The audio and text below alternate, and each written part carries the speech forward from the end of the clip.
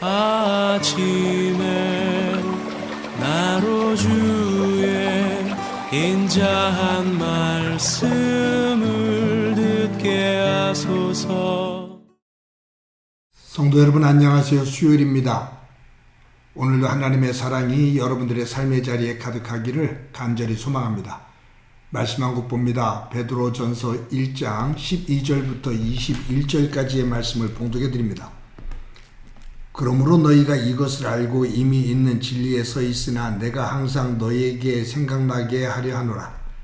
내가 이 장막에 있을 동안에 너희를 일깨워 생각나게 함이 옳은 줄로 여기노니 이는 우리 주 예수 그리스도께서 내게 지시하신 것 같이 나도 나의 장막을 벗어날 것이 임박한 줄을 압니다. 내가 힘써 너희로 하여금 내가 떠난 후에라도 어느 때나 이런 것을 생각나게 하려 하노라.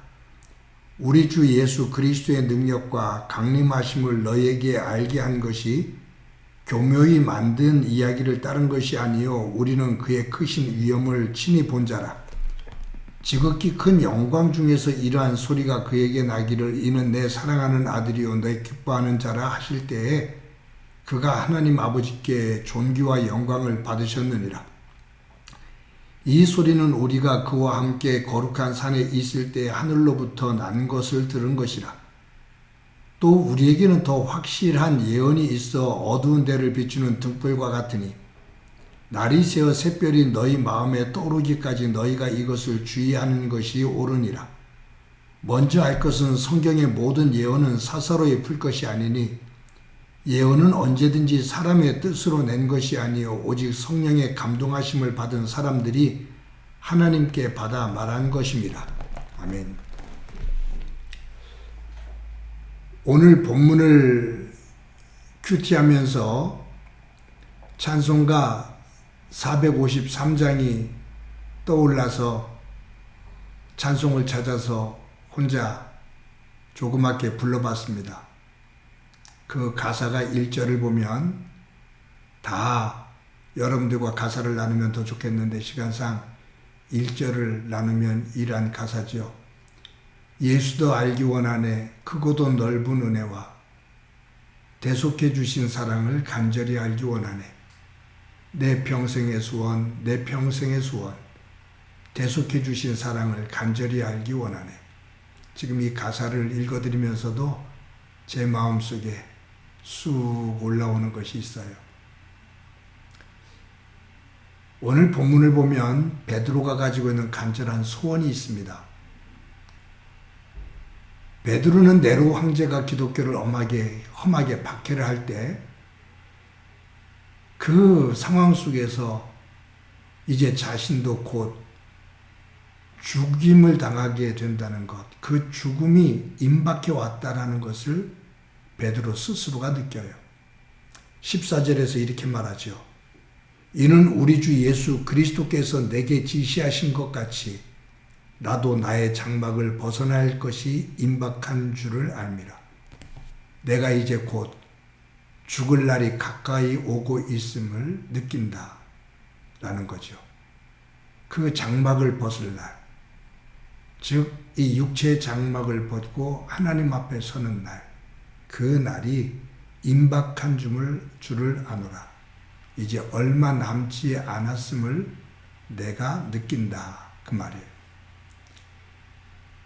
이 죽음이 다가오고 있다는 것을 느끼는 이 베드로가 자신에게 소원이 있다고 말하죠. 그 소원이 뭐냐면 여기 12절, 13절, 15절에 반복합니다. 그것은 뭐냐 하면 내가 항상 너에게 생각나게 하려 하노라. 13절에서도 너희를 일깨워 생각나게 함이 옳은 줄을 압니다. 15절에 보면 어느 때나 이런 것을 생각나게 하려 하노라 라고 말해요. 그러니까 이 12절, 13절, 15절에서 베드로는 자기의 죽음이 임박해 왔음을 느끼며 자기가 세상을 떠난 이후에 초대교회 성도들이 베드로를 기억하면, 베드로를 생각하면 꼭 함께 떠오르는 그 내용이 있기를 원한다. 나 베드로가 죽은 다음에 너희들이 나를 생각하면 연결되어서 항상 떠오르는 것, 그것이 있기를 원하는데, 그것은 뭐냐면 예수 그리스도가 하나님 아들 되시며 구주가 되신다는 것, 그 베드로가 증거한 복음이죠.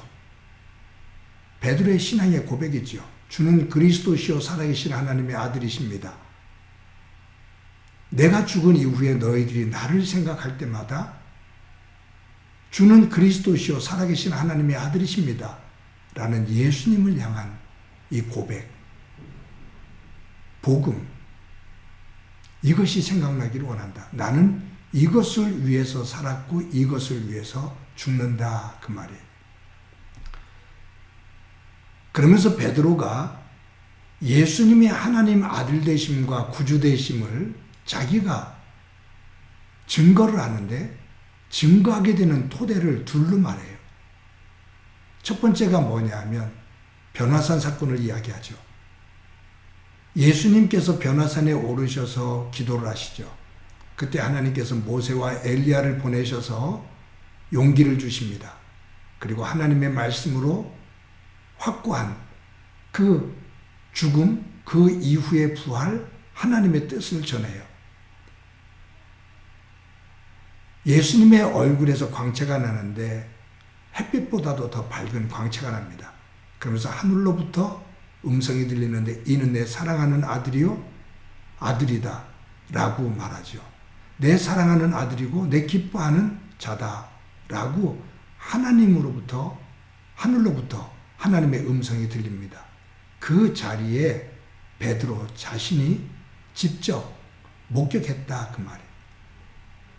그 놀라운 현상을 보았고 하늘로부터 이는 내 사랑하는 아들이요 내 기뻐하는 자다라는 하나님의 음성을 직접 들었다.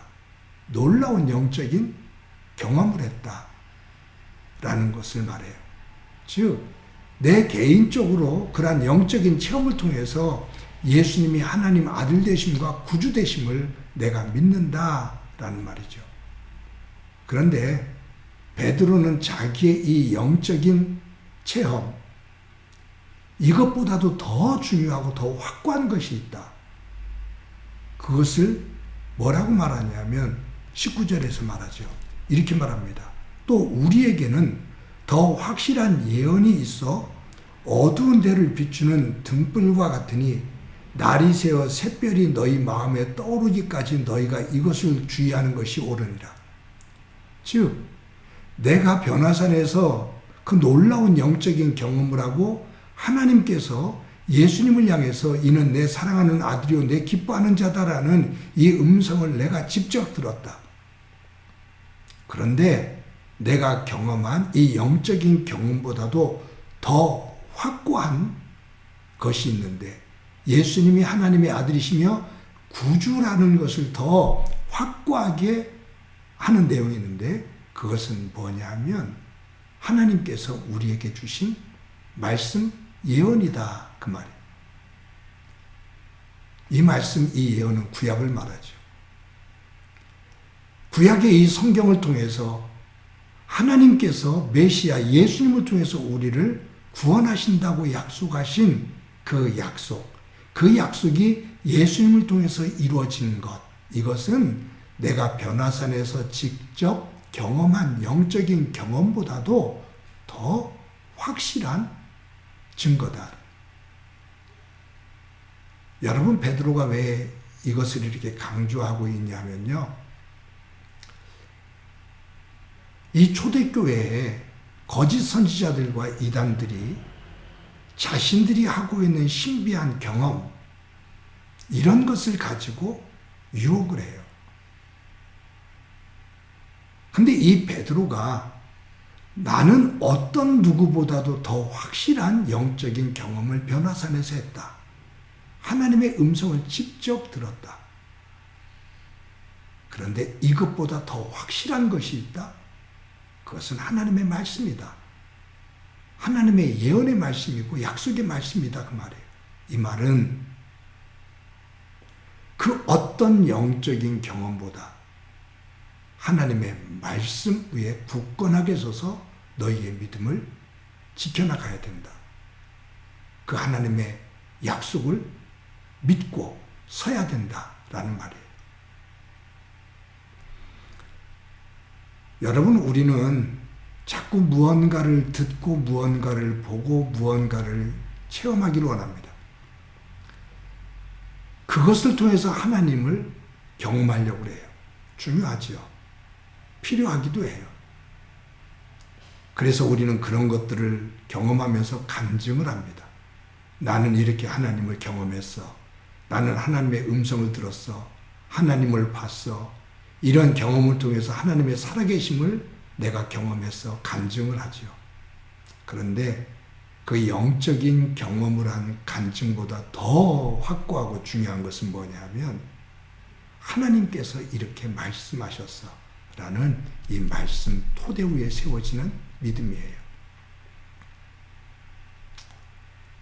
우리 주변을 보면 자기의 영적인 경험을 중심으로 자기의 신앙의 세계를 이야기하는 사람들을 보면 굉장히 위험합니다. 말씀보다도 자기의 경험을 중심으로 신앙을 세워갑니다. 그런데 그 경험이 주관적인 것이 되어지고 그것이 인위적인 것이 되어지기 시작하면 거짓의 모습으로 빠지게 됩니다. 점검할 길이 없어요. 진정한 믿음의 토대는 하나님의 말씀 위에 서는 겁니다. 사랑하는 성도 여러분, 오늘도 저와 여러분이 하루를 살아가면서 하나님의 말씀, 하나님이 말씀하시니 그대로 되니라. 그 말씀이 이 땅에 오셔서 어둠을 비추는 빛으로 오시고 우리를 구원하신 예수 그리스도, 그 말씀이 되시는 예수 그리스도, 그분 위에 우리의 믿음을 굳게 세우고 어떤 상황 속에서도 흔들림이 없는 바위와 같은, 반석과 같은 굳건한 믿음 되어 하나님의 사람으로 든든히 서고 그 위에 주시는 하나님의 은혜를 덧입기를 소망합니다. 한번 기도드립니다. 하나님, 오늘도 귀한 날 주신 것 감사합니다. 우리가 살아가고 있는 시대가 영적으로 혼탁해져서 여기에 신령한 것이 있다, 저기에 신령한 것이 있다. 이곳에 예수 재림하셨다, 여기에 누가 재림해서 하나님의 세계를 보여주고 있다. 이런저런 유혹들이 많은데 하나님의 말씀 위에 우리의 믿음의 뿌리를 굳건히 내리고 흔들림 없이 말씀 중심의 믿음의 삶을 살아갈 수 있도록 은총 베풀어 주옵소서. 거짓 선지자들과 이단들의 유혹에 우리의 귀가 열려지지 않게 하시고 우리의 발걸음이 휭청거리는 어리석은 일 없게 하옵소서. 오늘도 말씀 붙잡고 믿음의 사람으로 온전하게 세워지는 소중한 날이 되어지기를 주님의 이름으로 간절히 기도드립니다. 아멘.